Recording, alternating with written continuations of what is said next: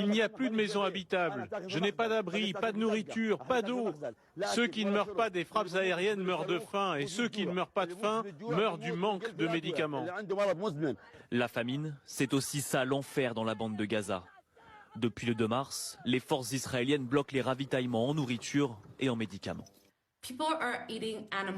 Les habitants mangent de la nourriture pour animaux et font bouillir des herbes. On a vu des gens manger des tortues. Les enfants sont malades de la faim. Ce n'est pas juste une crise humanitaire, c'est une destruction systématique et délibérée. À l'instar de la France et de l'Italie, la communauté internationale dénonce de plus en plus les agissements du gouvernement de Benyamin Netanyahou. Selon Médecins sans frontières, Israël est en train de créer des conditions pour une éradication des Palestiniens à Gaza. Avant la guerre, le taux de malnutrition à Gaza était de 0,8%.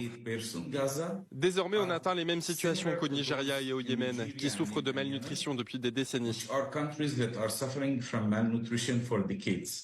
L'ONG Fondation Humanitaire de Gaza a annoncé hier qu'elle prévoyait de distribuer 300 millions de repas pendant 3 mois.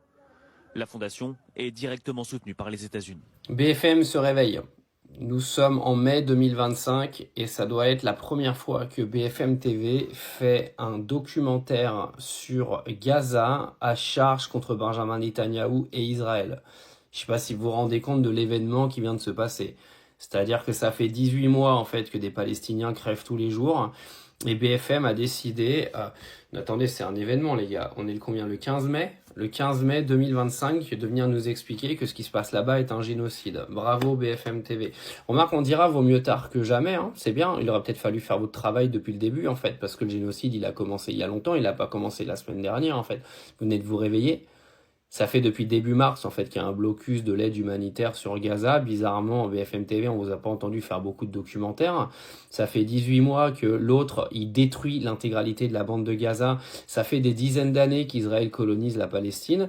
Et BFM TV se réveille le 15 mai 2025. Il faudra se souvenir de cette date hein, et mettre une date d'anniversaire. On fera un gâteau tous les ans. Pour se dire que BFM TV a décidé de prendre la cause de Gaza en considération aujourd'hui sans nous expliquer que Benjamin Netanyahou a le droit de se défendre. C'est beau, hein. Ils ont été vendus BFM TV, ça appartient plus à Drahi. Non mais j'ai plus suivi là la suite. Non mais c'est une singerie, je vous jure que c'est une singerie.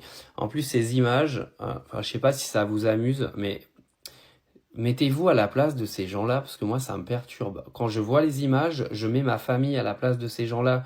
Je mets les enfants de ma famille à la place des enfants qui sont là-bas, et je me dis, mais quel cauchemar ce serait si c'était ma famille qui était à leur place. Et le problème, c'est que vous avez plein de gens qui font la morale sans se mettre à la place de ces gens-là. C'est un cauchemar. Moi, je vous le dis, c'est un cauchemar.